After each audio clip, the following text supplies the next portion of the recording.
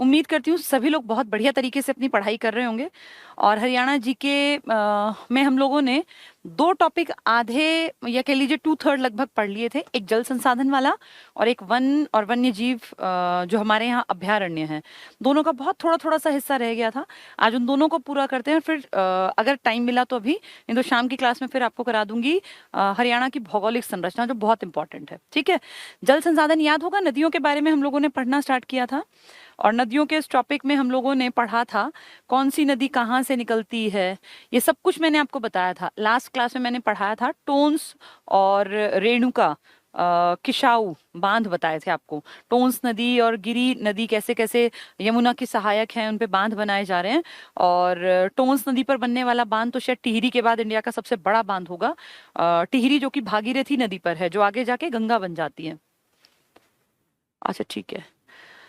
तो ये जो हम लोग टॉपिक कवर कर चुके हैं वो आपने अब तक पढ़ ही लिया होगा, अपने आप भी तैयार करना पड़ेगा, सिर्फ मेरे पढ़ाने से बात नहीं बनेगी। हमने देखा था कैसे यमुना नदी है, कैसे घग्गर है, फिर कैसे टांगरी रिवर अपने यहाँ से स्टार्ट होती है, मार्कंडा एक ऋषि जिनके नाम पर है, वो कैसे नाहन, धरतीधर पहाड़ी, ये सब हमने पढ़ा हुआ है ना, ये सब चीजें। तो वो पूरी उत्तर हरियाणा की, पूर्वी हरियाणा की नदियां। फिर हमने दक्षिण हरियाणा में पढ़ा था साहिबी नदी थी सबसे इंपॉर्टेंट, जो अपने कोट कासिम राजस्थान से एंटर करती है हरियाणा के रेवाड़ी के झाबुआ इलाके से, जहां मोर और चिंकारा का प्रजनन केंद्र, ब्रीडिंग सेंटर भी है। फिर कैसे वो जाके अपना रेवाड़ी, फिर झज्जर, ये गुड़गांव झज्जर क्रॉस करते हुए जाके नजफगढ़ झील में गिरती है, फिर फाइनली जाके वो यमुना में गिर जाती है। नदियों का पूरा ढांचा तुम्हें पता है, और पेपर में कोई भी क्वेश्चन आए तो नदियों से ना छूटे, इंपॉर्टेंट है, क्योंकि नदियों का टॉपिक हर साल हर पेपर में उठता है। ठीक है, ये हमने पढ़ लिया था। अपवाह तंत्र मैंने आपको पूरा डिटेल से समझा दिया था, नदियों के बारे में हमने सब कुछ जान लिया। अब आपकी जिम्मेदारी है कि इसको आप पढ़ते भी चले। जैसे नदियां देख तो ली हमने, लेकिन उनके बारे में जानना, ये राक्षी नदी देखो, दक्षिण की नदियां सब पढ़ा दिया था। इसके बाद हमारा झीलों का टॉपिक था जो शुरू करना था, नहरें, ये भी पढ़ा दिया था। ये देखो, ये झीलें पढ़नी थी हमें। ये लास्ट क्लास में मैंने आपको येलो वाला ये पढ़ाया था, और फिर पूछा था उनसे कि विजिबल है कि नहीं है। तब मैंने लास्ट आपको ये सारे बांध बताए थे कि घग्गर नदी पर 4 कम ऊंचाई के बांध, छामला, दंगराना, दीवान वाला, और एक का नाम क्या था, कौशल्या। फिर रेवाड़ी में साहिबी नदी पर बाढ़ आई थी ना 1977 में, याद करो, बताया था कि कैसे वहां मसानी गांव में बांध बना 1989 में, फिर कभी बाढ़ नहीं आई। यमुनानगर में सोम्ब छोटी सी नदी है, यमुना की ही सहायक है। पथराला बैराज है, सिरसा घग्गर ओट्टू बैराज। और इंपॉर्टेंट था ये क्योंकि इसके बाद आपकी घग्गर नदी निकल जाती है राजस्थान की तरफ। यमुनानगर में यमुना पर ताजे वाला हथनी कुंड, इसकी पूरी हिस्ट्री मैंने आपको समझाई थी कि कैसे पहले बना था वो। सबसे पहले कहते हैं पृथ्वीराज चौहान ने शायद वो कच्ची नहर खुदवाई थी, फिर फिरोज शाह तुगलक ने उसमें काम करवाया, फिर GR ब्लेन करके एक आदमी था, बंगाल इंजीनियरिंग वर्क्स वाला, सब आपको बताया हुआ है। तो वो सारी चीजें थी, ये लास्ट क्लास में हुआ था इस टॉपिक का ये वाला। और लास्ट चलते चलते मैंने आपको देखो ये वाला पढ़ाया था पॉइंट, रेणुका और किशाऊ, इसके ऊपर मैंने क्लास खत्म की थी। तब बताया था कि बहुत बड़े बांध बन रहे हैं यमुना नदी पर, और ये फिर हिमाचल प्रदेश और उत्तराखंड के एरिया में ही यमुना के पानी को यूटिलाइज करेंगे, और वहां से फिर ये आगे बढ़ेगा, इससे हरियाणा को, दिल्ली तक को फायदा मिलेगा। ठीक है, ये आज का टॉपिक है हरियाणा की झीलें। उस दिन वहां तक लास्ट क्लास में आप देखना, रेणुका किशाऊ बांध के ऊपर हमने क्लास खत्म की थी। हरियाणा की झीलें, हरियाणा में कोई बहुत भारी भरकम झीलें नहीं है, लेकिन फिर भी हरियाणा की सबसे बड़ी झील अगर एग्जाम में आ जाए तो दमदमा झील आपके हरियाणा की सबसे बड़ी झील है, 3000 एकड़ में फैली है। आपकी कुछ इंपॉर्टेंट झीलों की अगर बात करूं, वैसे 20-22 झीलें पढ़ के जानी पड़ती हैं जो मेन है, लेकिन कुछ खास की अगर मैं बात करूं तो दमदमा अपने एरिया के कारण जानी जाती है। फरीदाबाद में है आपकी सूरजकुंड झील है, जो कि कहते हैं कि सूरजपाल तोमर, तोमर वंश, तोमर डायनेस्टी, जिसने दिल्ली बसाई थी ढिल्लीका के नाम से 8वीं शताब्दी में, उन लोगों ने बनवाई थी। ऐसे ही आपकी फरीदाबाद में एक बड़कल झील है जो प्राकृतिक है, और वो अरावली की पहाड़ियों के बीच में बसी हुई झील है, 206 एकड़ में फैली। इसलिए इंपॉर्टेंट है क्योंकि वहां आपके सबसे ज्यादा टूरिस्ट आते हैं झील पे घूमने के लिए। जैसे आपकी दमदमा पे भी आते हैं, लेकिन उतने नहीं, वो 3000 एकड़ में है, जबकि 206 एकड़ में फैली बड़कल झील पर आपके टूरिस्ट कंपैरेटिवली बाकी झीलों से ज्यादा आते हैं। एक आपकी चंडीगढ़ के पास पड़ती है पंचकुला में, जिसको आप पढ़ लेते हैं, सुखना झील। ये मैनमेड है, इंसान के द्वारा बनाई गई है, प्राकृतिक नहीं है। शिवालिक की पहाड़ियों की तलहटी में है, तो वहां से आने वाली बारिश का पानी इकट्ठा होता है, और सुखना लेक जो है वो भी टूरिज्म के लिए बहुत फेमस है। तो कुछ झीलें हैं जो हमें पढ़नी पड़ेगी, जैसे कर्ण झील है, तिलियार झील है, या उजीना झील है, संघेल, कई इस तरह की झीलें हैं जो कई बार एग्जाम में देखे जाते हैं, ब्लू बर्ड है। तो ये पढ़नी पड़ेंगी, पढ़ेंगे तभी इनके बारे में जान पाएंगे। ठीक है। झीलें, हरियाणा की झीलें अपने सौंदर्य के कारण प्रदेश के प्रमुख पर्यटन स्थलों के रूप में प्रसिद्ध हैं। इसकी झीलों के प्रकार बता दिए मेन। पहली ब्रह्म सरोवर, ये ऐतिहासिक झील है। और जब हमने पर्यटन केंद्र पढ़े थे ना, तो याद करो ब्रह्म सरोवर को डिटेल से बताया था। ऐसी मान्यता है कि यहीं से भगवान ब्रह्मा ने सृष्टि की शुरुआत की, इसी सरोवर की मिट्टी से। और यहाँ भगवान विष्णु और शिव जी और ब्रह्मा तीनों का निवास स्थान भी है। और ऐसा भी माना जाता है कि इसकी ऐतिहासिकता बहुत पुरानी है, और इसलिए शायद इसका जिक्र एक मुस्लिम आने वाले आदमी ने अपनी किताब में, अल बरूनी ने भी अपनी किताब में किया। जैसे किसी जगह की इंपॉर्टेंस होगी तभी किताब में उसको मेंशन किया जाएगा, वरना क्यों लिखते वो। तो इसकी इंपॉर्टेंस इतिहास में है। ब्रह्म सरोवर थानेसर में पड़ती है, कुरुक्षेत्र में। इसे हिंदू धर्म का प्रतीक माना जाता है, क्योंकि ब्रह्मा की पूजा तो हिंदू धर्म वाले करते हैं। अल बरूनी जो कि विदेशी है, बहुत बड़ा पढ़ा लिखा आदमी है, और जब ये मध्यकाल की स्टार्टिंग थी इंडिया की तरफ, तभी आए थे। अल बरूनी ने किताब लिखी, किताब उल हिंद, किताब उल हिंद, तो हिंदुस्तान के ऊपर। इसमें ब्रह्म सरोवर का वर्णन किया। तो आप सोचो कितनी इंपॉर्टेंट बुक होगी कि एक विदेशी राइटर मध्यकाल की शुरुआत में, यानी इस्लाम धर्म का जब आपके यहाँ धीरे धीरे प्रचलन हो रहा था, उस टाइम पर एक विदेशी आता और आपकी हिंदू धर्म की इंपॉर्टेंट झील का जिक्र वो अपनी किताब में करता है। किताब उल हिंद में नाम है अल बरूनी। तो इसका मतलब इस झील की इंपॉर्टेंस होगी इतिहास में भी। सुल्तानपुर झील जो फर्रुख नगर खंड में स्थित है, जिसके नाम पे आज आप कहते हैं सुल्तानपुर, जो पहले पक्षी विहार था सलीम अली के नाम पर, आज सुल्तानपुर एक नेशनल पार्क है। और हरियाणा में सिर्फ दो ही नेशनल पार्क हैं, एक सुल्तानपुर नेशनल पार्क और एक आपका कलेसर नेशनल पार्क। कलेसर में बहुत घने जंगल हैं, सुल्तानपुर में कोई बहुत घने जंगल नहीं है, एरिया भी बहुत कम है, 53 वर्ग किलोमीटर। लेकिन वहां पे एक झील है, और उस झील के चारों तरफ आपको पेड़ पौधे दिखाई देंगे, कोई लश ग्रीन नहीं है, कीकर सबसे ज्यादा है, और उस एरिया में प्रवासी पक्षी ज्यादा आते हैं। ठीक है। तो ये सुल्तानपुर झील फर्रुख नगर खंड में है। यहाँ प्रवासी पक्षी आते हैं, जिन्हें देखने के लिए दूर दूर से सैलानी, सैलानी मतलब टूरिस्ट भी आते हैं। मैंने आपको बता दिया साइबेरियन सारस यहाँ पे ज्यादा आता है। बड़कल झील मैंने जिक्र किया अभी, फरीदाबाद के पश्चिम में है, चट्टानी क्षेत्र में अवस्थित है। 1947 में इस झील का निर्माण सिंचाई परियोजना के लिए किया गया। वैसे ये मैनमेड नहीं है, नेचुरल झील थी अरावली के तलहटी में, लेकिन उसको थोड़ा सा और काम किया, और वहां पे सिंचाई का टारगेट बना के, जब आपका देश आजाद हुआ 47 में, तो सिंचाई के प्रोजेक्ट के लिए उस झील को थोड़ा सा और इलेबोरेट किया गया। तो मैनमेड नहीं है, नेचुरल झील है, जबकि सुखना आपकी मैनमेड झील है, यानी मानव निर्मित। ये प्राकृतिक थी, आपने इसको थोड़ा सा बढ़ा लिया, सौंदर्यीकरण इसका इंसान ने कर दिया, और इसको सिंचाई के टारगेट के लिए इंसान ने यूज करना 47 में। ठीक है। ये कई बार HSSC पूछ चुकी है। खलीलपुर झील है, मेवात नूह में पड़ती है, उत्तर पूर्व में है। ये झील वर्षा ऋतु में जल ग्रहण करती है और ग्रीष्म ऋतु में सूख जाती है। आप जानते हैं मेवात में कोई भारी भरकम वर्षा तो होती नहीं है, तो जब बारिश होती है तो खलीलपुर में पानी इकट्ठा होता है, वरना फिर सूख जाता है। ठीक है। कोटला झील नूह और फिरोजपुर की पर्वत श्रृंखला में है। कोटला आप जानते हैं अच्छी तरह से मेवात के इलाके में है, तो श्रृंखला में है। ये एक विशाल झील है। कोटला झील कहाँ पड़ेगी? आपके मेवात के इलाके में, कोटला मेवात। और मेवात साइड में जो झील है वो सारी अरावली में होंगी। जो उत्तर वाली झील है सबसे ऊपर की, वो सारी शिवालिक के हेरफेर में है।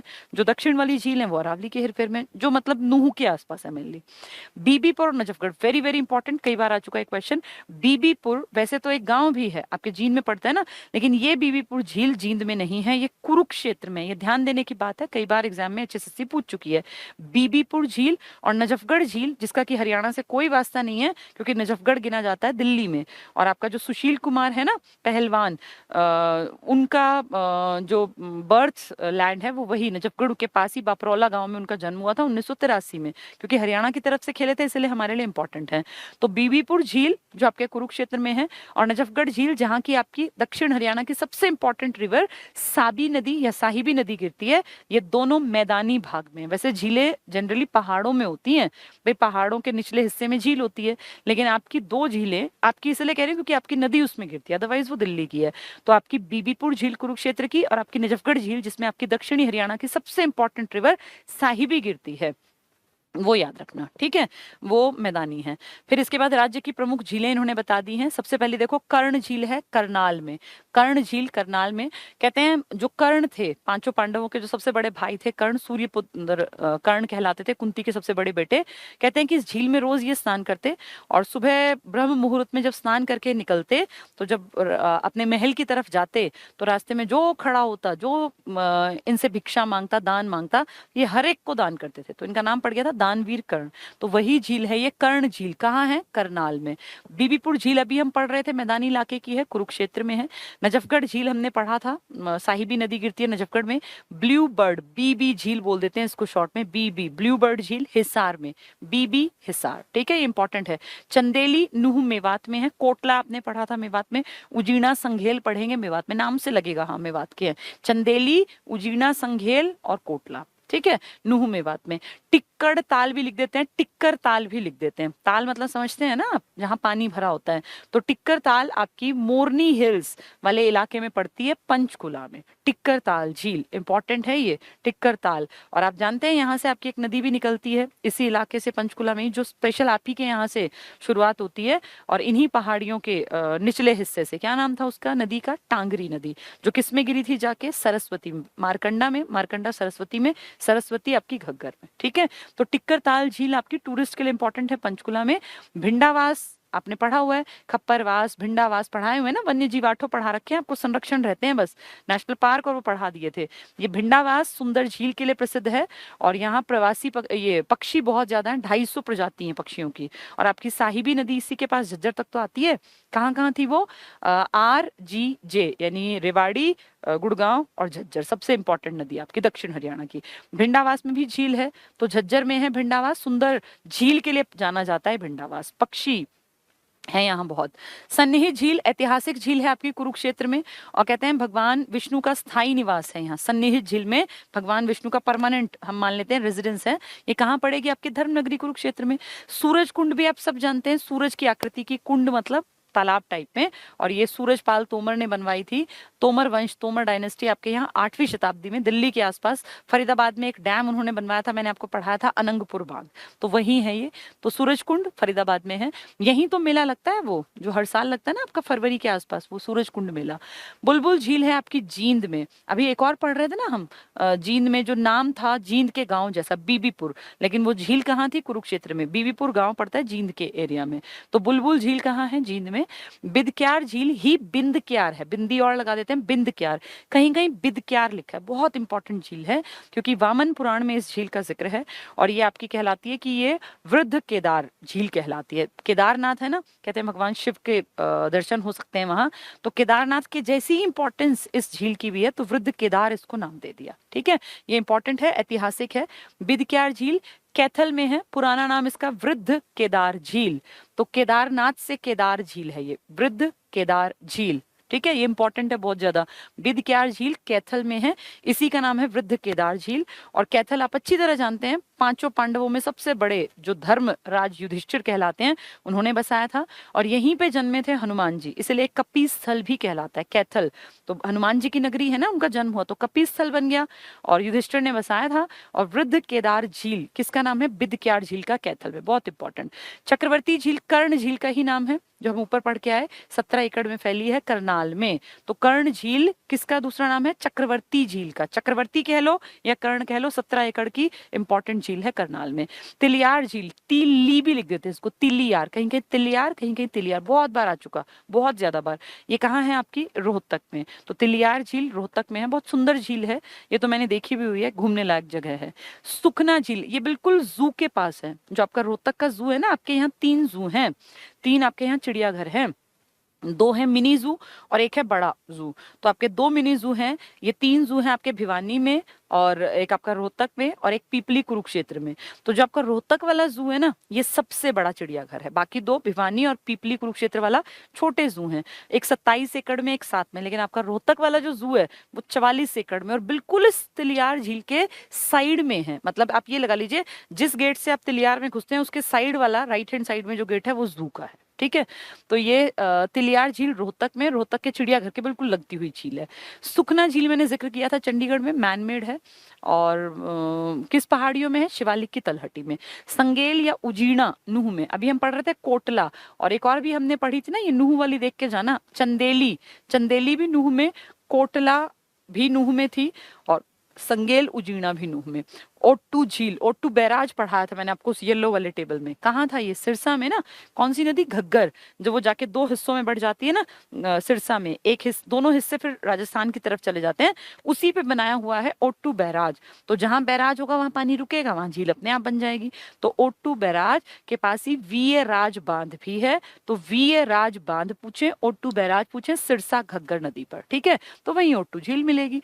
बड़कल झील हमने अच्छी तरह बातचीत कर ली, फरीदाबाद में है। यहाँ सबसे ज्यादा पर्यटक आते हैं, कोई बहुत बड़ी झील नहीं है, 206, जितनी शरीर में हड्डी है बस उतने याद रखना, 206 वर्ग इसमें फैली है, एकड़ में, वर्ग किलोमीटर नहीं, एकड़, 206 एकड़ में। और यहाँ सबसे ज्यादा पर्यटक आते हैं। 1947 में इसी के ऊपर सिंचाई का काम हुआ। ये नेचुरल है। किसमें है ये? अरावली के पहाड़ियों में। दमदमा झील सबसे बड़ी झील है आपकी गुड़गांव की, और गुड़गांव की क्या, पूरे हरियाणा की सबसे बड़ी झील, 3000 एकड़ में फैली।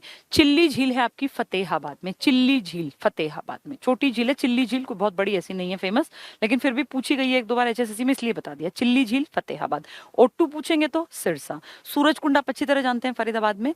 और बड़कल में लोग ज्यादा आते हैं, 206 हड्डियों के बराबर, 3000 एकड़ में फैली आपकी दमदमा। और आपकी ओट्टू बैराज के पास वीए राज बांध भी है सिरसा में। और आपकी बुलबुल पूछेंगे तो जींद में है। ऐसे कहेंगे बीबीपुर तो आप कहेंगे कुरुक्षेत्र में है। ये याद करनी पड़ती है बार बार, ऐसे तरीका यही होता है, बार बार सुनो, बार बार पढ़ो, अपने आप फिर पढ़ पढ़ के देखो कितनी याद हुई, ठीक है। अब अगला टॉपिक है हमारा सिंचाई। हरियाणा में सिंचाई का क्या साधन है सबसे बड़ा? तो आपके दो बहुत बड़े साधन हैं, एक तो नहरें और एक आपके ट्यूबवेल, सबसे बड़े साधन है। एक 51% पर सिंचाई करता है और एक 48% पर, मतलब दोनों 50 के हेरफेर में है। इसके बाद नंबर आता है कुओं का, तालाबों का या फव्वारे का। सबसे बड़ा सोर्स ऑफ इरिगेशन आपके पास है, या तो आपने नहरें बना रखी हैं। आप नहरें क्यों बना पाए? मैंने आपको SYL समझाया होगा, ये पश्चिमी यमुना नहर समझाया होगा। अगर मैंने आपको पढ़ा रखी ना क्लास, उसमें हल्का सा इंट्रोडक्शन दिया होगा, कई लोगों को नहीं याद है तो फिर बता देती हूँ। पश्चिमी यमुना नहर आपके यहाँ निकलती है जब आपकी यमुना की एंट्री होती है ना। एक बार फिर से हल्का सा देख लेते हैं ताकि चीज दोबारा से रिफ्रेश हो जाए दिमाग में। ये मान लीजिए दो नहरें, नदियां हैं आपकी, इस तरफ वाली घग्गर और ये यमुना। जब यमुना आपके यहाँ मुड़ी थी ना, यहाँ से मान लें आपकी एंट्री हुई थी यमुना की। हमने नदियों का टॉपिक डिटेल से पढ़ा हुआ है। यमुना यमुनोत्री से निकलती है, फिर बृहत हिमालय से 6330 मीटर की ऊंचाई से क्रॉस करते करते करते करते फाइनली हरियाणा में जब ये आती है, तो हरियाणा में एंट्री इसकी होती है ताजेवाला के पास। कलेसर नाम का जो जंगल है, जो नेशनल पार्क भी है, वन्य जीव अभ्यारण्य, वाइल्ड लाइफ सेंचुरी भी है, वहां से ये एंटर करती है कलेसर से। और उसके बाद फिर ये बहती है, फिर ये आगे जाती है थोड़ा सा यमुना नगर में ही, एंट्री के तुरंत साथ में ही फिर यहाँ से इसका पानी मोड़ देते हैं दो तरफ, और यहीं पे बना दी गई है। यहाँ मान लीजिए एंट्री थी, यहीं पे बैराज बना दिया, जिसको हथनी कुंड बैराज ताजे वाला बोलते थे पहले, अब हथनी कुंड। आधा पानी इधर मोड़ दिया, आधे से थोड़ा कम और आधे से थोड़ा कम इधर, और कुछ पानी सामने ऐसे चल पड़ा, ये दिल्ली की तरफ जा रहा है। अब जो इधर नहर आई, ये पश्चिमी यमुना नहर, जो यूपी की तरफ गई वो पूर्वी यमुना नहर। फिर आगे इसी नहर की ब्रांचेस बना दी, और सबसे लंबी ब्रांच थी सिरसा शाखा, इसी की सिरसा शाखा।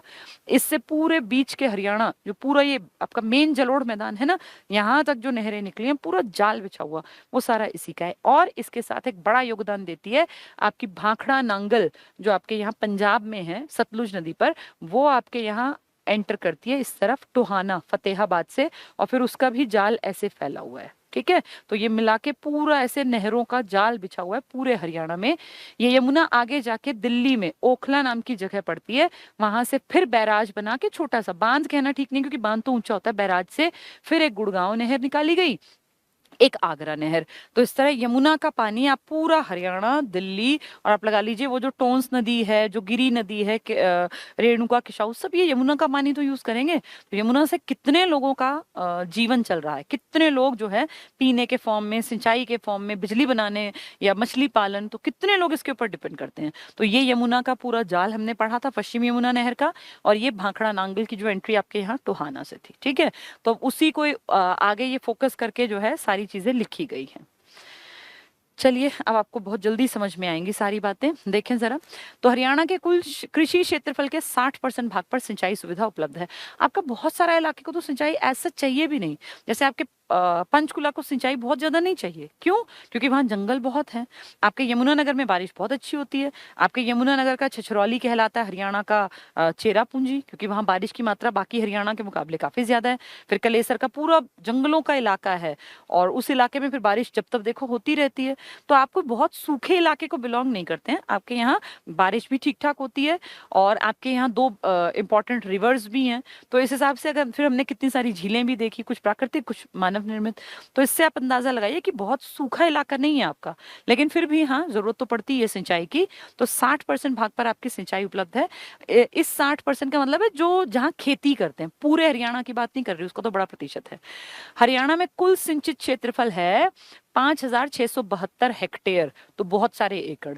सिरसा, ये इंपॉर्टेंट पॉइंट शुरू हुआ, सिरसा जिले में सर्वाधिक सिंचित क्षेत्रफल है। सबसे ज्यादा सिंचित जो एरिया है ना आपका, वो सिरसा में है। वैसे भी आप कॉमन सेंस लगाओ, सिरसा का एरिया सबसे बड़ा है, क्षेत्रफल में सबसे बड़ा, 4277 वर्ग किलोमीटर सबसे बड़ा जो एरिया है वो सिरसा के पास ही तो है। तो जिसके पास एरिया बड़ा होगा, कॉमन सेंस है, उसके वहां खेती ज्यादा है। भाई गेहूं में नंबर 1 वो लोग हैं, सब्जियों में वो नंबर 1, फलों में ना, तो फिर वहां तो पानी होगा ही होगा, सिंचाई की सुविधा होगी ही होगी। तो सबसे ज्यादा सिंचित क्षेत्र जो है इसका, सबसे कम सिंचित क्षेत्र महज 25 हेक्टेयर वाला जिला पंचकुला है। कारण आप समझ सकते हैं, वनों के टॉपिक को अगर आपने समझा था जो मैंने पढ़ाया था, वन यहाँ कितने 43% पर है ना भाई, आधे इलाके में वन है। आप खुद सोचो, जहां आधे में वन है वहां सिंचाई की बहुत ज्यादा जरूरत है ही नहीं। तो कितनी बड़ी बात है, वहां वो छोटा हो गया, वो बड़ा हो गया सिरसा। राज्य में सिंचाई का मुख्य साधन क्या है आपकी? या तो नहरें, या ट्यूबवेल, नलकूप, कुएं और तालाब। ये कम है। अब जैसे तालाब कोई बहुत बड़ा साधन आपका नहीं है, लेकिन सबसे बड़ा साधन आपका है नहरें और ट्यूबवेल्स, फिर कुएं और तालाब। राज्य में कुल सिंचित भूमि की सिंचाई 48% नहरों द्वारा और 50% नलकूपों द्वारा। ट्यूबवेल आप अपना पर्सनल बना सकते हैं, नहर आप अपनी पर्सनल नहीं खोद सकते, वो सरकार की मर्जी से चलती है। अगर पर्सनल की मर्जी होती तो SYL हमारी मर्जी से बन चुकी होती। सतलुज यमुना लिंक नहर है ना हमारे और पंजाब के बीच में, डिस्प्यूट सुप्रीम कोर्ट से कितनी बार हमारी बैठकें हो चुकी, और कोई वो सुनने को राजी नहीं। हमने अपना काम कर रखा है, पंजाब उस काम को करके राजी नहीं है, वो तो जमीनें लौटा रहा है।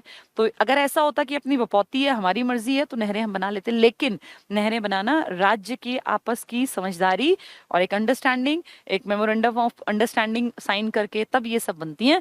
तो इसलिए नलकूप जो है ना वो आपके, वो ज्यादा सिंचाई करते हैं, वो आपकी अपनी इच्छा होती है। तो नलकूपों से आप 50% और नहरों से 48, लेकिन ज्यादा अंतर भी नहीं है, नहरें भी बहुत पूरा जाल है। और शेष अन्य साधन, तो शेष बचा ही कितना, 50 और 48 लगा लो, 98.3 तो हो ही गया। बाकी बच गए कुएं और तालाब, तो वो बहुत ज्यादा नहीं है। आपका मेन क्या साधन है जो आप खुद लगा सकते हैं? नलकूप 51%, उसके बाद नहरें 48%। ठीक है। राज्य में नहरों की मजबूत प्रणाली है, मैंने आपको ड्रॉ करके दिखाई ना, दोनों नदियों से कैसे नहरों का पूरा जाल बिछा हुआ है पूरे हरियाणा में। तो मजबूत प्रणाली है, विकसित है। राज्य की दो मुख्य नहरें पश्चिमी यमुना नहर और भाखड़ा नहर है। और पश्चिमी यमुना मैंने आपको दिखा दिया कैसे कलेसर के पास यमुना का पानी हमारी तरफ मोड़ दिया, यूपी की तरफ, और कुछ बचा खुचा दिल्ली की तरफ। तो यमुना का मेन पानी आप यूपी खूब यूज कर रहे हो, और दिल्ली तक भी पानी आराम से जा रहा है। इनफैक्ट आपके करनाल से मुनक नहर निकाली गई है 109 किलोमीटर लंबी, जो स्पेशल सारा पानी यूज करता है दिल्ली। और दिल्ली का हैदरपुर जो लगा हुआ है ना वाटर प्लांट, वो है ही मुनक नहर के ऊपर। ठीक है। तो ये दो मुख्य नहरें हैं आपकी। घग्गर और इसकी सहायक नदियों पर 4 कम ऊंचाई की बांध परियोजनाओं को स्वीकृति दी गई है। कौशल्या बांध, दंगराना बांध, छामला बांध, दीवान वाला बांध। ये घग्गर ही तो आपकी सबसे उत्तरी नदी है, हरियाणा की सबसे ऊंचाई पर स्थित नदी घग्गर। क्योंकि याद करो, घग्गर पंचकुला से एंटर हुई थी कालका के पास से। ये कहां से निकल के आई थी? हिमाचल के डागशाही से ना। तो ये सबसे ऊपर, पंचकुला से ऊपर तो आपका जिला ही नहीं है, तो सबसे ऊपर से आने वाली नदी कौन सी है? घग्गर। घग्गर जो है, अगर वो 320 किलोमीटर थी, तो याद करो ये 292 किलोमीटर थी। ये 5 जिलों को टच करती हुई आगे राजस्थान में निकली थी। इसी पर है ओट्टू बैराज या वीए राज बांध। ठीक है। तो आगे पढ़ते हैं। 4 बांध ये इसी पर है, ये लेकिन है आपके पंचकुला साइड में, दक्षिण में नहीं है। कौशल्या, दंगराना, छामला, दीवान वाला। इंपॉर्टेंट है घग्गर नदी के बाद। राज्य के विभिन्न भागों में सिंचाई के साधन, जैसे पूरे राज्य की लोकेशन अलग अलग है ना, तो वहां सिंचाई के साधन भी अलग अलग है। अब जैसे अगर देखें किस इलाके में बारिश ज्यादा है, तो आपके पंचकुला साइड में तो बहुत ज्यादा आपको जरूरत नहीं है। लेकिन आपकी एक बेल्ट राजस्थान से मिलती भी है, तो वहां सूखा थोड़ा बहुत इलाका प्रभावित होगा, वहां तरंगित बालू का मैदान मिलेगा, बालू के टिब्बे भी मिलेंगे, अनकाई दलदल भी मिलेगा। तो उस तरह के इलाके में सिंचाई के लिए फव्वारा सिंचाई बेस्ट है। तो हर तरीके का अलग अलग काम है, उसको बता रहे हैं। सिंचाई के साधन, उत्तर पूर्वी भाग, उत्तर पूर्वी समझ जाओ आपका पंचकुला, अंबाला, यमुनानगर, ये आपका उत्तर पूर्वी, मेनली तो पंचकुला अंबाला, ठीक है। तो अंबाला के लिए ना बहुत इंपॉर्टेंट है एग्जाम के लिए, नांगल उत्थापक सिंचाई योजना। ये हरियाणा की पहली सिंचाई योजना थी, हरियाणा बनने के बाद ये अस्तित्व में आई पहली सिंचाई योजना। एग्जाम में आ जाएगा हरियाणा की फर्स्ट जो सिंचाई योजना है वो किस नाम से थी, तो आधे तो टिक कर देंगे, पश्चिम यमुना नहर। वो अलग सेंस में है, वो पश्चिम यमुना नहर तो ऐतिहासिकता से जोड़ के, लेकिन अगर आप देखें कि जिसके ऊपर अब सरकारों ने काम किया आपके जिले विशेष के ऊपर, तो वो नांगल उत्थापक आपके अंबाला को ध्यान में रख के स्पेशल डिजाइन की गई थी, ठीक है। मध्यवर्ती भाग में कुएं भी है, नलकूप भी और नहर भी। आपका जो बीच वाला हिस्सा है, दोनों नदियों के जो बीच का पोर्शन है, इसमें नहरों का जाल भी है, इसमें नलकूप भी और कुएं भी हैं मध्य भाग में। दक्षिण पूर्वी भाग में तो नलकूप और नहरें हैं, कुएं और तालाब नहीं है दक्षिण पूर्वी इलाके में। और रेतीले भाग में फव्वारों द्वारा, नलकूप का यूज करते हैं पर फव्वारा स्प्रिंकलर सिंचाई बोलते हैं। फव्वारा सिंचाई तब की जाती है जब पानी की कमी हो और फसलों को बहुत ज्यादा खड़ा पानी ना चाहिए, तो फव्वारा सिंचाई से काम चल जाता है। आपके यहाँ फव्वारा सिंचाई में बहुत बड़ा एक बेस तैयार किया था चौधरी बंसीलाल जी ने, उन्हें कहते हैं फव्वारा सिंचाई के जनक है वो हरियाणा में। तो बंसीलाल जी को कहते हैं ना, हरियाणा के लौह पुरुष हैं, वही आधुनिक हरियाणा के निर्माता हैं। उन्हीं के टाइम में आपके हरियाणा में टोटल इलेक्ट्रिफिकेशन हुआ था, सबसे लंबा कार्यकाल एज सीएम उन्होंने ही देखा है 12 साल का। तो इन सब चीजों को याद रखना, फव्वारा सिंचाई में भी उनका बहुत बड़ा योगदान है, ठीक है। ये कहाँ होगी, रेतीले भाग में, दक्षिण पूर्वी में नहर और नलकूप, ठीक है। मध्यवर्ती में सब कुछ, कुएं भी, नलकूप भी और नहरें भी। और उत्तर इस इलाके में तो नांगल उत्थापक अंबाला के लिए मेन थी, वर्षा तो होती है। प्रमुख सिंचाई परियोजनाएं अब नाम से आती हैं, कई बार एग्जाम में देखना पूछेंगे, जूही नहर परियोजना निम्न में से किस इलाके की सिंचाई के लिए बनाई गई थी। ऑप्शंस आ जाएंगे गुड़गांव, अंबाला, फिर कह देंगे सोनीपत और भिवानी। तो ये आपको पढ़ के जाना पड़ेगा, जूही पूछें या जवाहरलाल पूछें, लोहारू पूछें, वीएन चक्रवर्ती पूछें या इंदिरा गांधी पूछें, सबके नाम हमें जबानी याद हो। तो देख लें मेन कौन कौन सी है। जूही नहर परियोजना, जूही नहर योजना एक उत्थापक सिंचाई, उत्थापक होता है जो ऊंचे इलाके होते हैं ना, अगर ऊंचे इलाकों की सिंचाई करनी होती है तो उसके लिए थोड़ा सा क्या करते हैं, मान लीजिए नहर चल रही है, नहर को बफरिंग का बता रहे हैं, शायद देखना एक बार इशू। अच्छा भाई यहां से सही है बफरिंग का, अच्छा रिफ्रेश कर लो एक बार, जिसके में बफरिंग हो रही है ना रिफ्रेश कर लो। उत्थापक क्या होता है, थोड़ा ऊंचा उठा इलाका, जैसे नहर जो है एक तो नॉर्मल्स में चले, एक होता है मुख्य नहर से शाखाएं निकाली थोड़ा ऊंचे इलाके को सिंचित करने के लिए, तो उसके लिए पानी को उठाने के लिए ना मोटर का और इस तरह की चीजों का यूज करना पड़ता है, इसे बोलते हैं उत्थापक सिंचाई योजना। जनरली ऊंचे इलाकों में अगर नहर को ले जाना होता है, पानी हमेशा ऊपर से नीचे की तरफ तासीर होती है ना पानी की बहने की, लेकिन अगर नीचे से ऊपर पानी उठाना है तो फिर उसको बोलते हैं उत्थापक सिंचाई योजना। तो ये नहर का एक सिस्टम होता है। तो ये उत्थापक सिंचाई योजना है लिफ्ट नहर योजना, जो भिवानी जिले के ऊंचे क्षेत्र को, देखो भिवानी के ऊंचे, तभी तो उत्थापक है, वरना उत्थापक क्यों होती, लिफ्ट क्यों होती। तो भिवानी में है जूही नहर परियोजना, ऊंचे क्षेत्र की सुविधा, सिंचाई की सुविधा प्रदान करने के लिए बनाई गई, 170 किलोमीटर लंबी है। तो जूही नहर आपके यहाँ भिवानी को टारगेट करके, जो ऊंचा इलाका है भिवानी का, उसके लिए बनाई गई 170 किलोमीटर लंबी नहर है जूही नहर परियोजना। उत्थापक सिंचाई योजना के तहत आपके भिवानी के एरिया को पानी मिल जाए, ऊंचे एरिया को, इसके लिए डिजाइन की गई। लोहारू उत्थान सिंचाई परियोजना, लोहारू इसी का नाम है, इंदिरा गांधी नहर प्रोजेक्ट इसी का नाम है, इंदिरा गांधी नहर परियोजना। लोहारू जो पहले भिवानी में थी लेकिन अब ये चरखी दादरी में पड़ती है, क्योंकि आप जानते हैं चरखी दादरी 2016 में नया जिला बन गया, तो जो नहर का इलाका था वो एज इट इज है, बस अब वो गिना जाता है चरखी दादरी। तो अगर एग्जाम में चरखी दादरी भिवानी दोनों आए तो चरखी दादरी के साथ जाना, ना मिले तो भिवानी के साथ, जूही भिवानी में ही है। लोहारू, लोहारू उत्थान, देखो भिवानी के ज्यादातर उत्थान है। लोहारू उत्थान सिंचाई योजना, जिसे इंदिरा गांधी नहर भी कहते हैं, द्वारा भिवानी जिले की सिंचाई की जाती है। तो लोहारू का ही नाम क्या है, इंदिरा गांधी, भिवानी जिला, लेकिन अब उससे कट के क्या बन गया आपका, चरखी दादरी। तो अब ये किस में टिक कर क्या हो गया, चरखी दादरी में, ठीक है। नेक्स्ट देखें, भिवानी उत्थान, नाम ही भिवानी है तो भिवानी के लिए ही होगी। भिवानी उत्थान सिंचाई परियोजना, इसके अंतर्गत 220 किलोमीटर लंबी नहर द्वारा भिवानी जिले की 1 लाख हेक्टेयर भूमि में सिंचाई की जाती है। भिवानी उत्थान सिंचाई योजना, जिसका एक नाम है वीरेंद्र नारायण चक्रवर्ती, बहुत इंपॉर्टेंट, वीएन चक्रवर्ती नहर। ये वीएन चक्रवर्ती मैंने आपको कई बार डिटेल से बताया, वीरेंद्र नारायण चक्रवर्ती आपके राज्य के नहीं हैं, ये आपके राज्य के राज्यपाल थे। और आप जानते हैं राज्यपाल 99.9% केसेस में बाहर के आदमी को बनाया जाता है। जो राज्य की सारी चीजों का प्रमुख होता है वो आपके राज्य का, सीएम आपके राज्य का होगा, लेकिन राज्यपाल बाहर के आदमी को प्रेफरेंस में रख के बनाते हैं ताकि सही और सच्ची रिपोर्ट गृह मंत्रालय को सौंपता रहे। नहीं तो वही मान लो एक राज्य का बना दें, साठ गांठ करके सारी रिपोर्ट को लिखता कुछ रहे जबकि हो स्थिति कुछ और।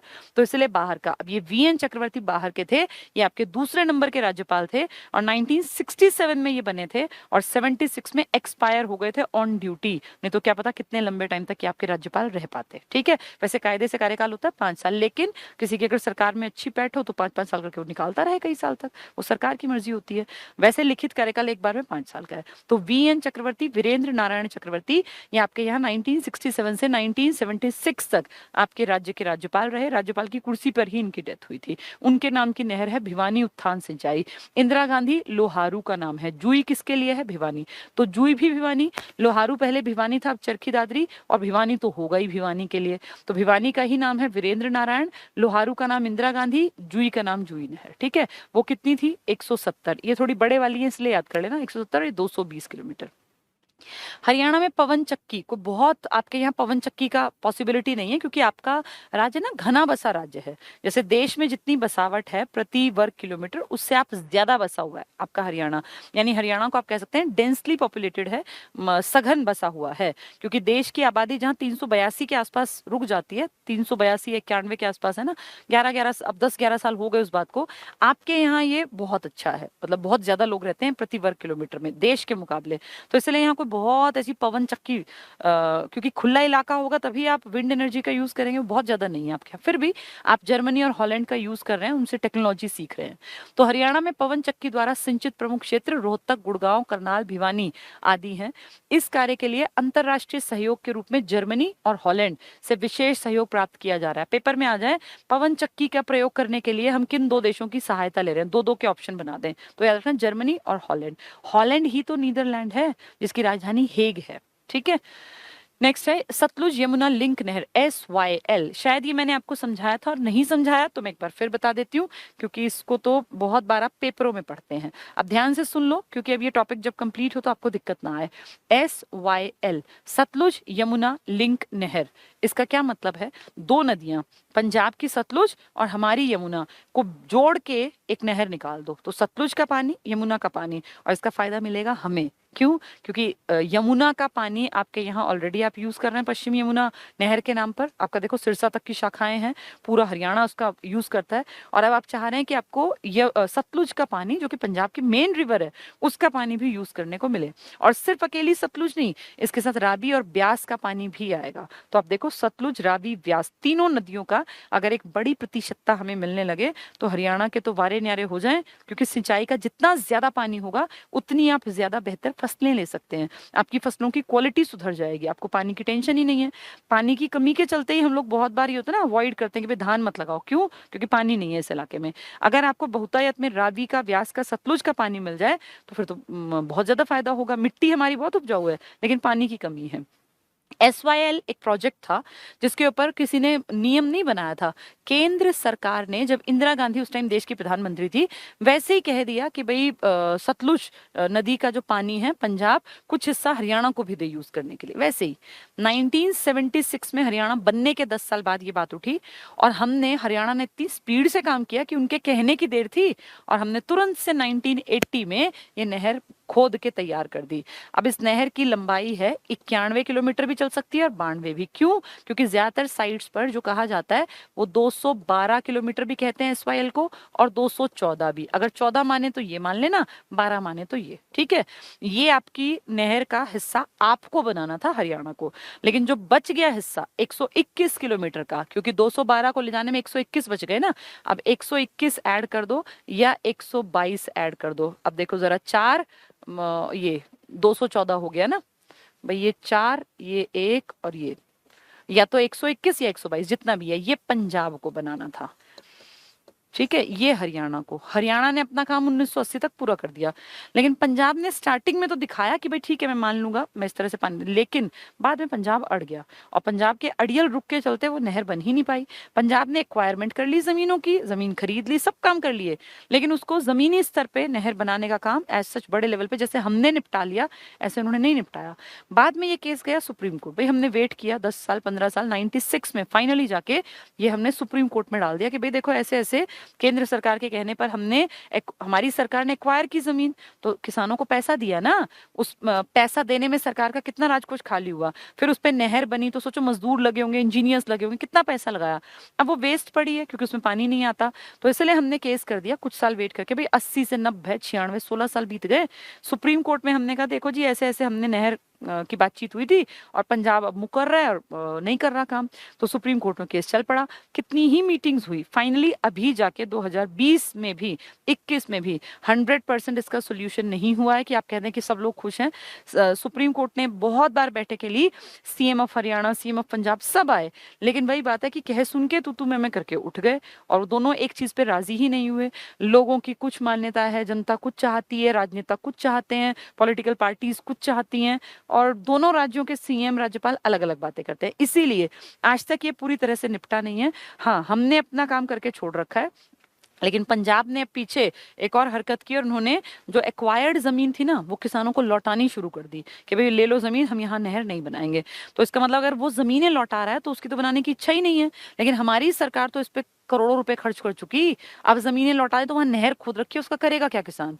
हमने तो उसको पैसा पूरी लागत, और तो और जो हमारे चौधरी देवीलाल जी थे ना, जननायक चौधरी देवीलाल जी, इन्होंने उस टाइम पे पंजाब को 1 करोड़ रुपया दिया था, तब 1 करोड़ रुपए की कीमत थी कि भाई तुम अपने यहाँ नहर का जो काम करोगे थोड़ा भाई हम लोग जैसे एक मदद, अब जैसे दिल्ली ने मुनक नहर बनाने में हमें पैसा दे रखा है तब हमने बनाई है, हमने पंजाब को पैसा दिया कि भाई हमें फायदा मिलेगा, आप इस नहर में थोड़ी लागत लगा लो, लेकिन पंजाब ने कुछ नहीं किया। और फाइनली जाके तुम देखो जब तब जेल भरो आंदोलन चलाई थी, इनेलो इसके लिए बहुत एक्टिव रहती है क्योंकि इनेलो के चौधरी देवीलाल जी ने ही वो पैसा दिया था, उन्हीं की सरकार के टाइम ये मेन काम हुआ था। ठीक है, तो ये है आपका विवाद, इसका कोई 100% अभी निपटारा नहीं हुआ है। सुप्रीम कोर्ट भी सोचता होगा कि अच्छे राज्य आपस में लड़ रहे हैं, अब देखो वहां कांग्रेस की सरकार, आपकी बीजेपी की, तो ये मान के चलो फिलहाल तो इसका निपटाना होना नहीं है। ठीक है, ये तो कभी जब इकट्ठी एक जैसी सरकारें आएंगी ना तब बात बन सकती है, वरना कहता रहे सुप्रीम कोर्ट किसी को क्या फर्क पड़ता है।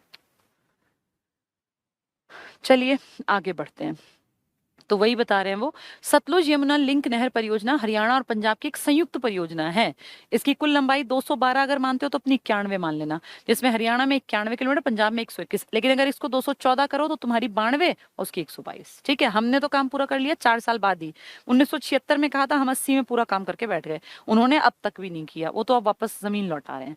प्रमुख सिंचाई योजनाएं, हरियाणा की पहली सिंचाई योजना नांगल उत्थान सिंचाई, अभी बताया नांगल अंबाला के लिए बहुत इंपॉर्टेंट, अंबाला की बहुत बार आ चुका। हथनी कुंड बैराज की पूरी हिस्ट्री मैंने आपको समझाई थी, कैसे अलग अलग शताब्दियों में इस पे काम हुआ, पहले कच्ची थी फिर पक्की की, शाह ए नहर शाह ए शहर यानी फिरोज शाह तुगलक ने, फिर इसमें गाद इकट्ठा हो गया, सिल्ट बहुत ज्यादा हो गया, फिर इसके ऊपर GR ब्लेन नाम के इंजीनियर ने, कंपनी थी बंगाल इंजीनियर, याद होगा ना वर्क्स, फिर उसने काम किया, फिर अंग्रेजों ने और काम किया, फिर फाइनली 1832 में इसके ऊपर नहर का प्रॉपर एक तरीके से काम किया गया, और 32 से 33 में इसका काम करके फिर ये चल रही थी बढ़िया। फिर लेकिन इसमें 1999 में फिर से वो गाद रेत मिट्टी ज्यादा इकट्ठी हो गई, तो इसको हथनी कुंड ताजेवाला, पहले ताजेवाला था फिर हथनी कुंड बना दिया, 2 किलोमीटर की दूरी पर है। हथनी कुंड बैराज ताजेवाला कॉम्प्लेक्स के बाद यमुनानगर की दूसरी परियोजना है, ताजेवाला में गड़बड़ हुई थी तब हथनी कुंड बना 1999 में।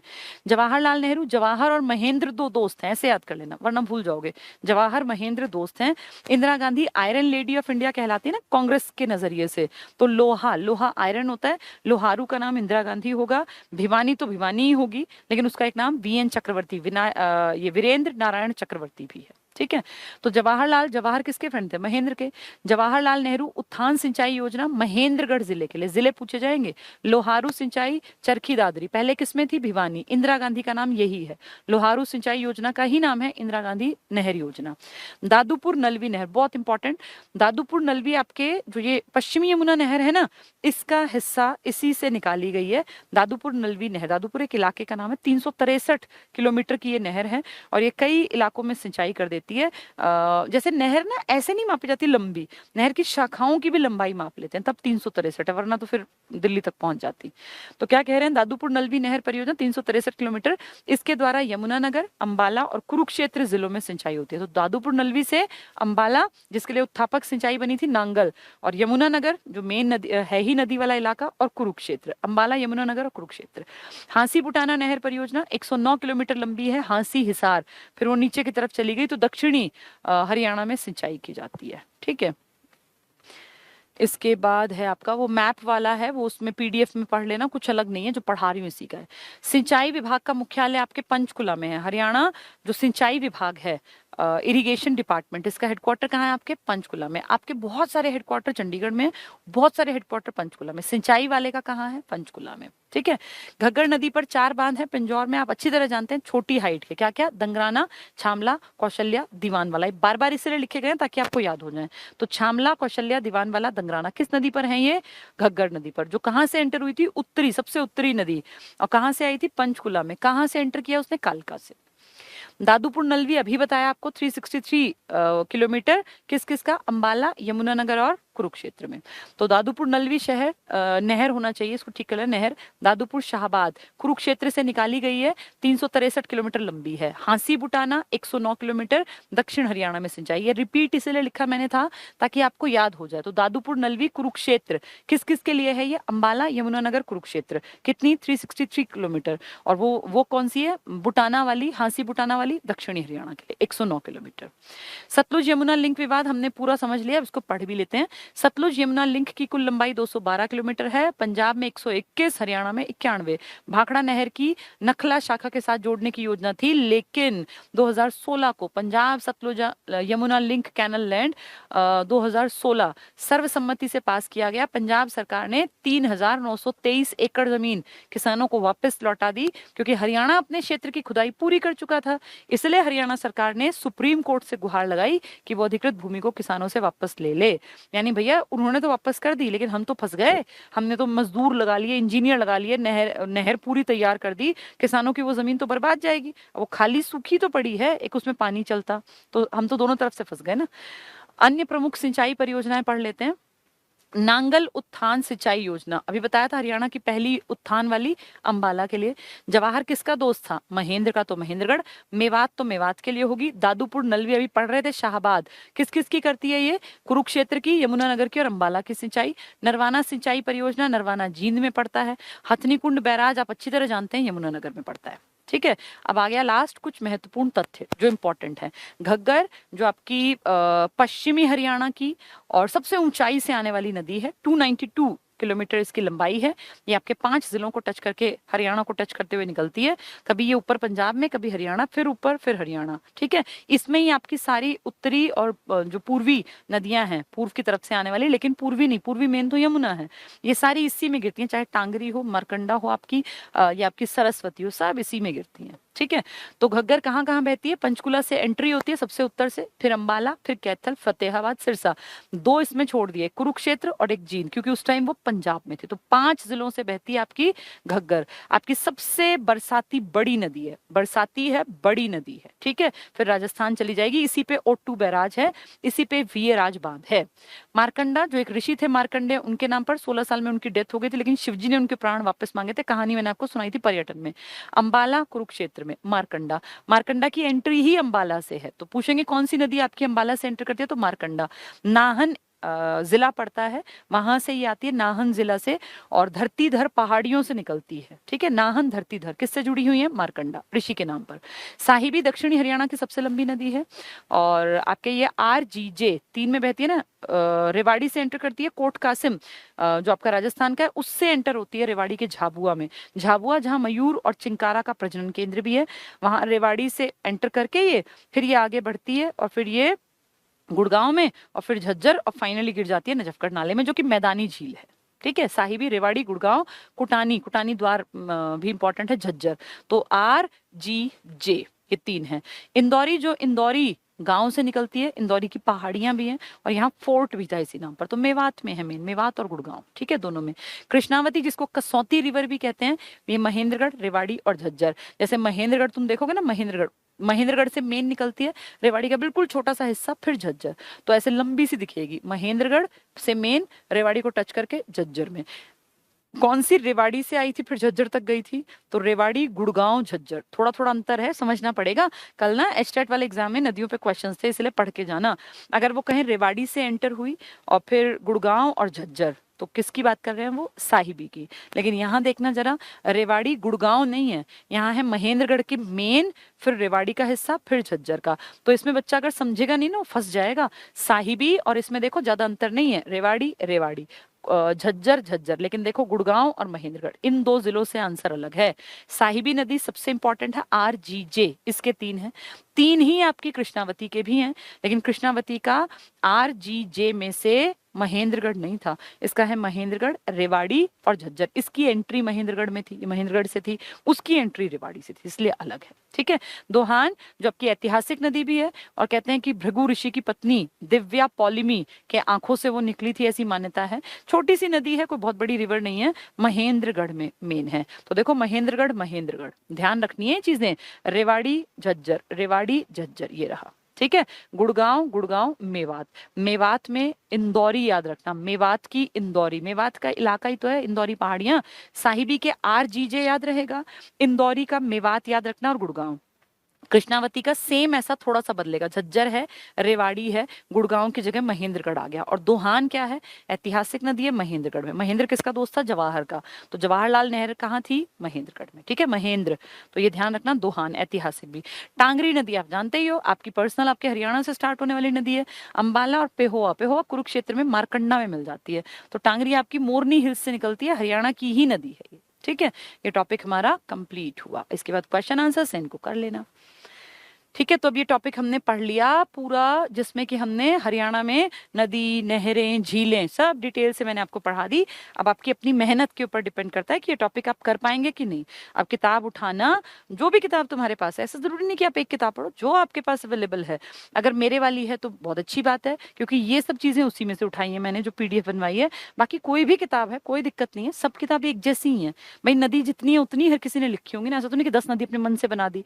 यही सेम नदियां किसी भी राइटर ने लिखी होंगी तो सेम ही लिखी होंगी। जो आपके पास है बहुत अच्छी किताब है, उसी से पढ़ लेना, कोई दिक्कत नहीं है। बस पढ़ लेना, इस टॉपिक को आज कंफर्म तैयार कर लेना, हरियाणा में जल संसाधन। ठीक है, नदी, नहर, झील, इनके ऊपर क्वेश्चन बनेंगे, जो मैंने आपको डिटेल से करा दिए।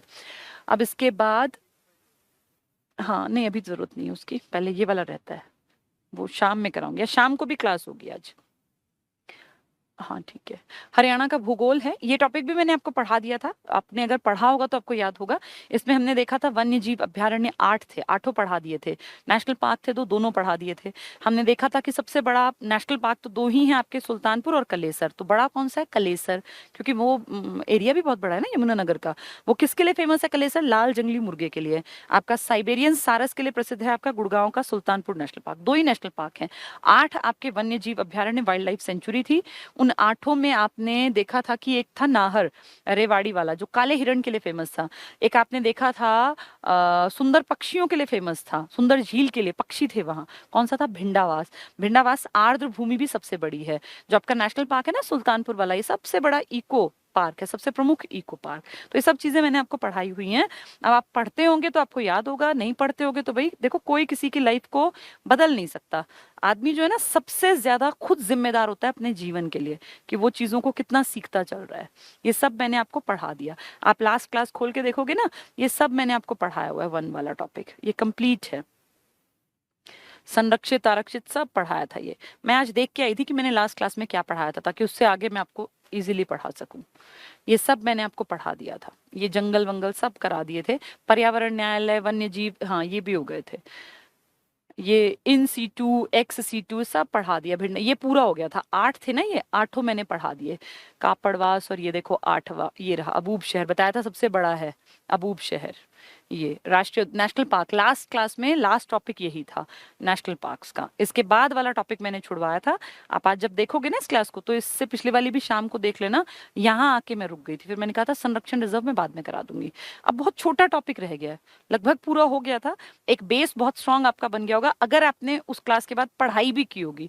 सिर्फ मेरे क्लास लेने से बात नहीं बनेगी, जो टॉपिक मैं कराऊं उसको अपने आप भी सेल्फ से तैयार करो। अपने पढ़े बिना, कहते हैं ना, अपने मरे बिना स्वर्ग नहीं दिखता। तो ये तो भैया मेहनत करनी पड़ेगी। पड़ेगी। इसका बचा हुआ हिस्सा जो रह गया था संरक्षण रिजर्व का, मैंने समझा आपको सारा दिया था, सिर्फ ये था कि कुछ टॉपिक पढ़ना रह गया था। पढ़ने से क्या होता है, एक चीज ना कॉन्फिडेंस थोड़ा ज्यादा बन जाता है। अब जैसे मैंने पढ़ा दिया भाई हिरण का यहाँ है, पर्यावरण न्यायालय, लेकिन अगर पढ़ेंगे नहीं ना किताब से तो बात नहीं बनेगी, इसलिए किताब पढ़ाई जाती है। इसलिए मैं क्लास में हमेशा किताब से पढ़ाती हूँ, पहले समझा के फिर किताब। हरियाणा के संरक्षण रिजर्व सरस दो हैं आपके, एक कैथल वाला और एक जींद वाला। सरस्वती वाला जिसका नाम सोनसर जंगल भी है, और एक आपका जींद वाला जिसका नाम क्या था, बीरबारा वन्य जीव अभ्यारण्य। देखो सरस्वती नेशनल पार्क भी दो हैं, संरक्षण रिजर्व भी दो हैं, वाइल्ड लाइफ सेंचुरी 8 है, ये याद रखने हैं सबको। दो नेशनल पार्क्स कहाँ कहाँ हैं, एक कलेसर यमुनानगर में, एक सुल्तानपुर गुड़गांव में। और फिर आपके अलग अलग नामों से दिए हुए हैं, जैसे छिलछिला पूछेंगे वन्य जीव तो आप कह दोगे जी कुरुक्षेत्र में है, भिंडावास खापरवास पूछेंगे तो आपके झज्जर में है, वो पूछ लेंगे कलेसर तो आप कहोगे यमुनानगर में, अबूब शहर कहेंगे तो आपके सिरसा में, खोलही रैतान कहेंगे तो पंचकुला में। तो ऐसे कर करके सारे, नाहर पूछे तो रेवाड़ी में, मेरे ख्याल हो ही गए 7-8, तो 8 हैं आपके ये, ठीक है। हरियाणा के संरक्षण रिजर्व में पहला सरस्वती है। 1988 को सरस्वती बागान था, इसको अभ्यारण्य के रूप में अधिसूचित किया गया, लेकिन इस पे भी काम लेटर स्टेज में हुआ था।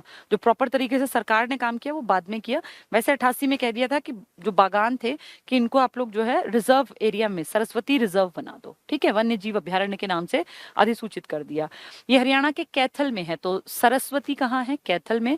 कैथल आप अच्छी तरह जानते हैं हनुमान जी की जन्मस्थली है, कपी स्थल कहलाता है, और ऐसी मान्यता है कि युधिष्ठिर 5 पांडवों में जो सबसे बड़े भाई थे उन्होंने बसाया था कैथल, और हनुमान जी का जन्म यहीं हुआ था। ऐसे बहुत सारी जगह इसका पुराणों में और इनमें जिक्र आया है।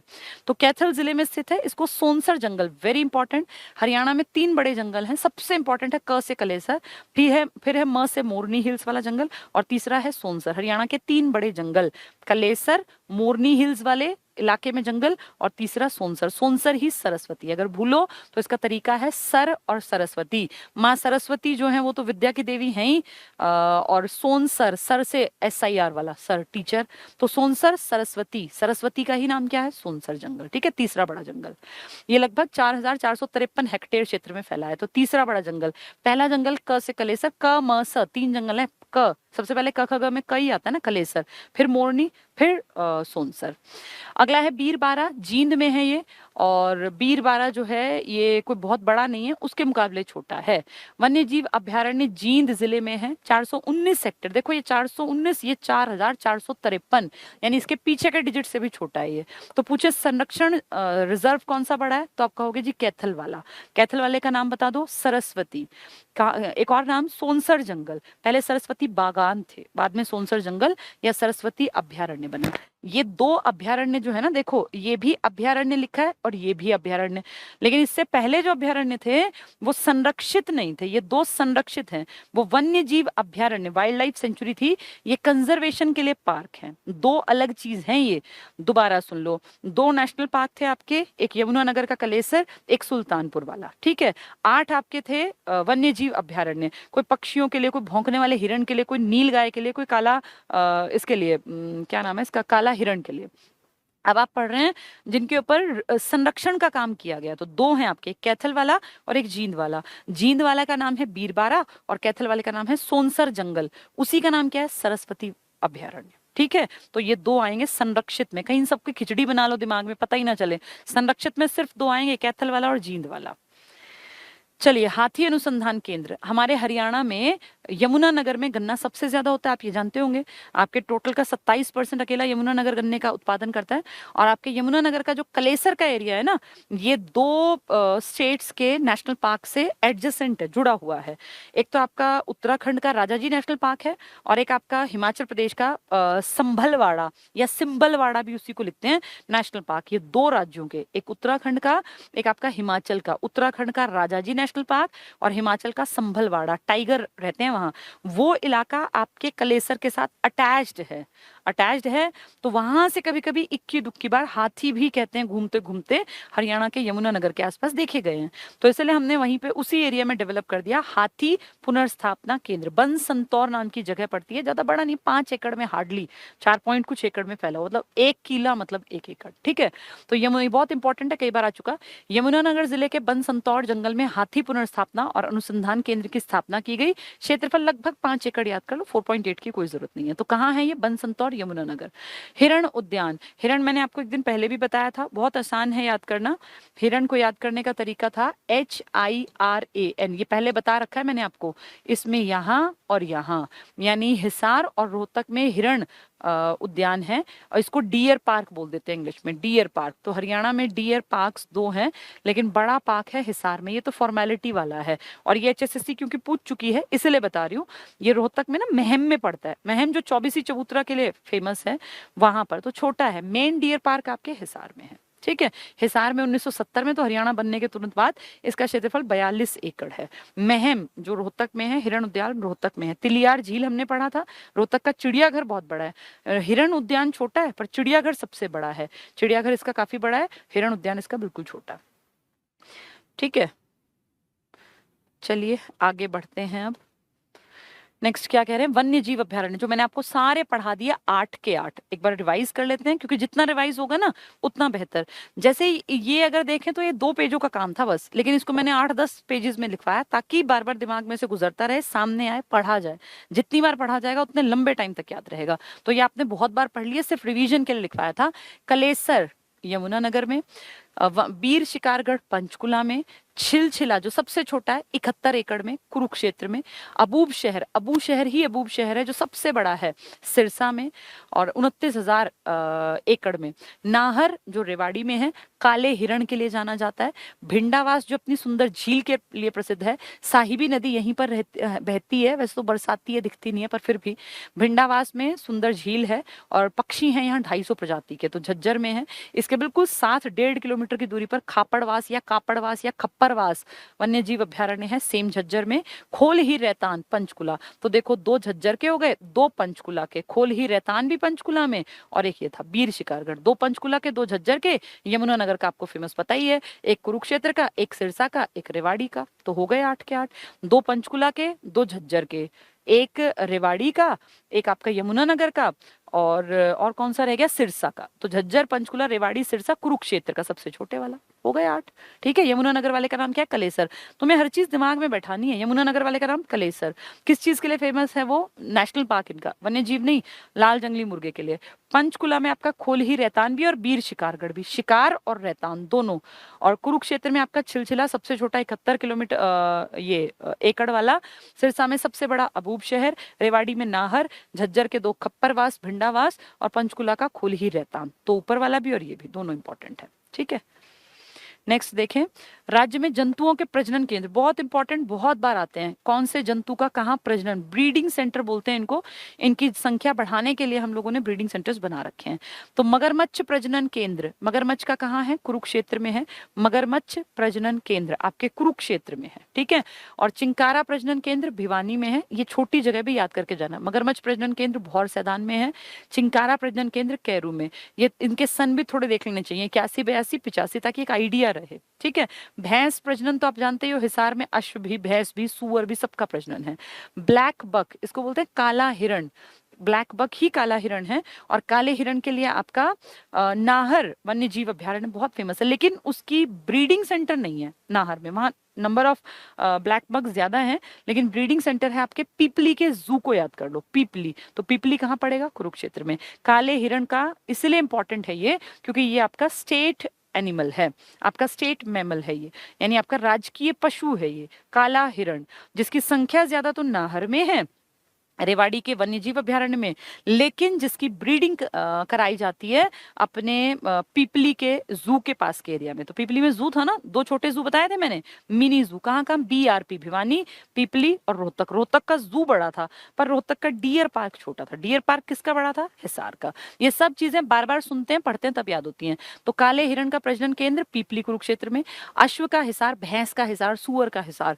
गिद्ध संरक्षण और प्रजनन केंद्र, वल्चर बोलते हैं गिद्ध को, जो मरे हुए जानवरों को खाता है, गंदगी को साफ करता है, ये पिंजौर पंचकुला में है। फीजेंट प्रजनन केंद्र काला तीतर वाली, ये मोरनी में है, ठीक है। ये मैंने आपको बहुत डिटेल से पढ़ा रखे हैं।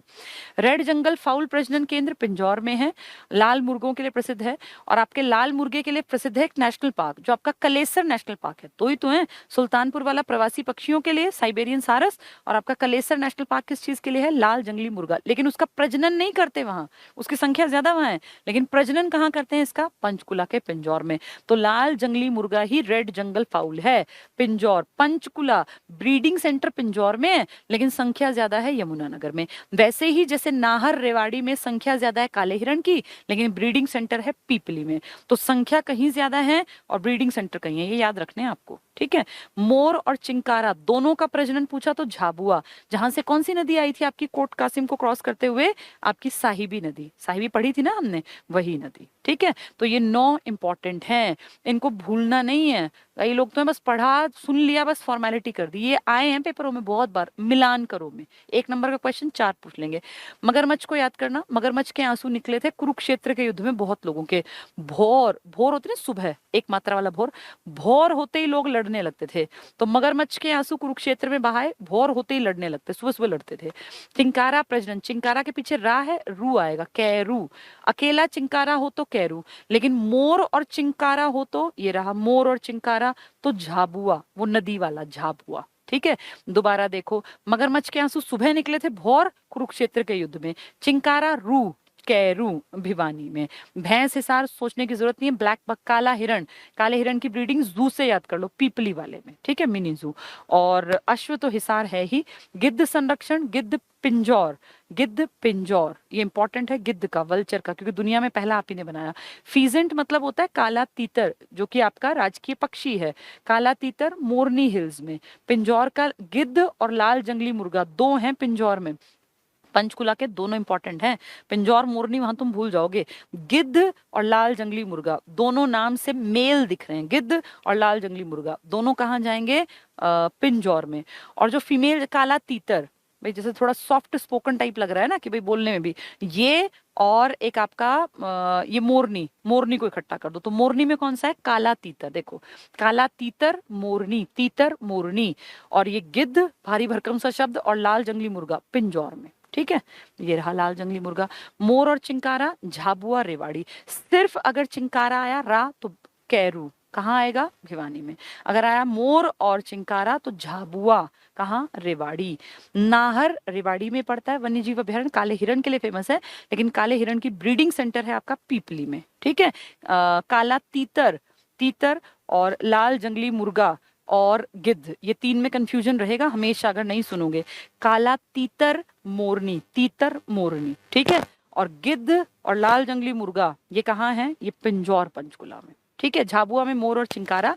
भैंस पूछे, अश्व पूछे, सुअर पूछे तो हिसार में, ये बिना सोचे समझे हिसार टिक कर देना, ठीक है। चलिए चिड़ियाघर 3 बताया मैंने, बीआरपी, बीआरपी हैं पीपली, भिवानी, रोहतक। रोहतक बीआरपी, तो आर मतलब रोहतक, बी मतलब भिवानी, और पी मतलब पीपली। पीपली कुरुक्षेत्र में, भिवानी भिवानी में, रोहतक रोहतक में, सोचने की जरूरत ही नहीं। बीआरपी में से बड़ा चिड़ियाघर कौन सा है, रोहतक वाला। देखो 44 एकड़, ये कितना, 27 एकड़। भिवानी वाला 7 एकड़। ये दोनों 82 में पहले बने, पहले मिनी जू बनाए फिर बड़ा जू बनाया। हिरण उद्यान अगर पूछेंगे तो रोहतक का छोटा है, महम का, लेकिन अगर कहें जू सबसे बड़ा तो आप कहोगे जी रोहतक का जू सबसे बड़ा है। बाकी दोनों पीपली वाला और भिवानी वाला छोटे जू हैं अपने, ठीक है। 82 और 86 में, ये 44 एकड़ का, लेकिन इसका क्या छोटा है, हिरण उद्यान। महत्वपूर्ण तथ्य पढ़ लेते हैं अब, ये सब कुछ आपको आ गया, सिर्फ ये रिवीजन के लिए लिखवाया था। सबसे बड़ा वन्य जीव अभयारण्य अबूब शहर है, 29,000 एकड़ में। 28,912 नहीं याद करना, 29,000 एकड़ याद कर लो। सबसे छोटा वन्य जीव अभयारण्य छिलछिला है, जबकि कुरुक्षेत्र में 71 एकड़ में। सबसे पहले सुल्तानपुर वन्य जीव अभयारण्य 71 में बनाया गया, पर जो अब राष्ट्रीय पार्क है, अब क्या नाम है इसका, सुल्तानपुर नेशनल पार्क। ये जलीय जीव के लिए बनाया गया था 1972 में, और यहाँ पे सुल्तानपुर झील यही तो है, इस पार्क के बीच में तो सुल्तानपुर झील है, एंट्री पर ही तुरंत। बीर शिकारगढ़ वन्य जीव अभयारण्य 75 में बना, ये आपके पंचकुला में है। सबसे बाद में बने वन्य जीव अभयारण्य 2009 में आपके यहाँ 2 हैं। नाहर जो काले हिरण के लिए फेमस है, लेकिन ब्रीडिंग सेंटर पीपली में है। भिंडावास जो सुंदर झील के लिए प्रसिद्ध है, और जहां 250 प्रजातियां हैं पक्षियों की, साहिबी नदी वाला, ठीक है। कलेसर वन्य जीव अभयारण्य में सांभर मिलता है, नीलगाय मिलती है, चीतल हिरण की प्रजाति है, सांभर भी और चीतल भी, और भौंकने वाले हिरण, यानी हिरण की कई प्रजाति हैं आपके कलेसर के जंगल में। नेशनल पार्क में तो है वन्य जीव ये अपना लाल जंगली मुर्गा, और भी है लेकिन वो मेन है। और यहाँ है हिरण की कई प्रजातियां, ठीक है। लेकिन हिरण पार्क कहाँ है आपका, अगर पूछे डियर पार्क तो आप कहोगे हिसार और रोहतक में, कहेंगे बड़ा कौन सा है तो आप कहोगे हिसार का। लेकिन चिड़ियाघर बड़ा किसका है, रोहतक का। थोड़ा थोड़ा सा अंतर होता है, बस ये समझ का फर्क होता है। जो मेहनत कर गया वो इस अंतर को समझ गया, वरना बाकियों को दिमाग में लगेगा यार पता नहीं क्या बताया था, समझ नहीं आया। पढ़ना पड़ेगा तब समझ में आएगा। नेक्स्ट है सोनीपत और पानीपत में राष्ट्रीय नदी संरक्षण के तहत जल शुद्धिकरण यंत्र लगाए गए। तो सोनीपत पानीपत कौन सी नदी बहती है यहाँ मेन, यमुना, तो उसके जल शुद्धिकरण के संयंत्र। मानेसर गुड़गांव में पर्यावरण प्रशिक्षण संस्थान स्थापित किया गया। पर्यावरण न्यायालय 2 हैं, प्रशिक्षण संस्थान 1 है। पर्यावरण न्यायालय आपको याद है, ये कई बार पूछ चुके, एक फरीदाबाद में एक कुरुक्षेत्र, लेकिन कोर्ट वैसे बनाना पड़े तो करनाल में। फरीदाबाद और कुरुक्षेत्र में पर्यावरण न्यायालय है, और कैंप कोर्ट लग जाता है कई बार तो करनाल में लग जाता है। और आपके यहाँ प्रशिक्षण देना है पर्यावरण का, तो उसके लिए मानेसर गुड़गांव में है। ये देखो ये रहा, मानेसर गुड़गांव में पर्यावरण प्रशिक्षण संस्थान स्थापित किया गया, ठीक है। हरियाणा वन विभाग ने 2017 में 5 लाख पौधे लगाकर वर्ल्ड रिकॉर्ड बनाया था। ये आपका मैप है, इसमें वही सब कुछ छोटा लिखा हुआ है। जैसे इसमें क्या लिखा है बता दूं, मोर और चिंकारा प्रजनन केंद्र तो झाबुआ में है। इसमें लिखा है हिरण उद्यान, तो 2 हैं, एक रोहतक में एक हिसार में। हिसार का बड़ा है डियर पार्क, रोहतक का छोटा सा है महम का।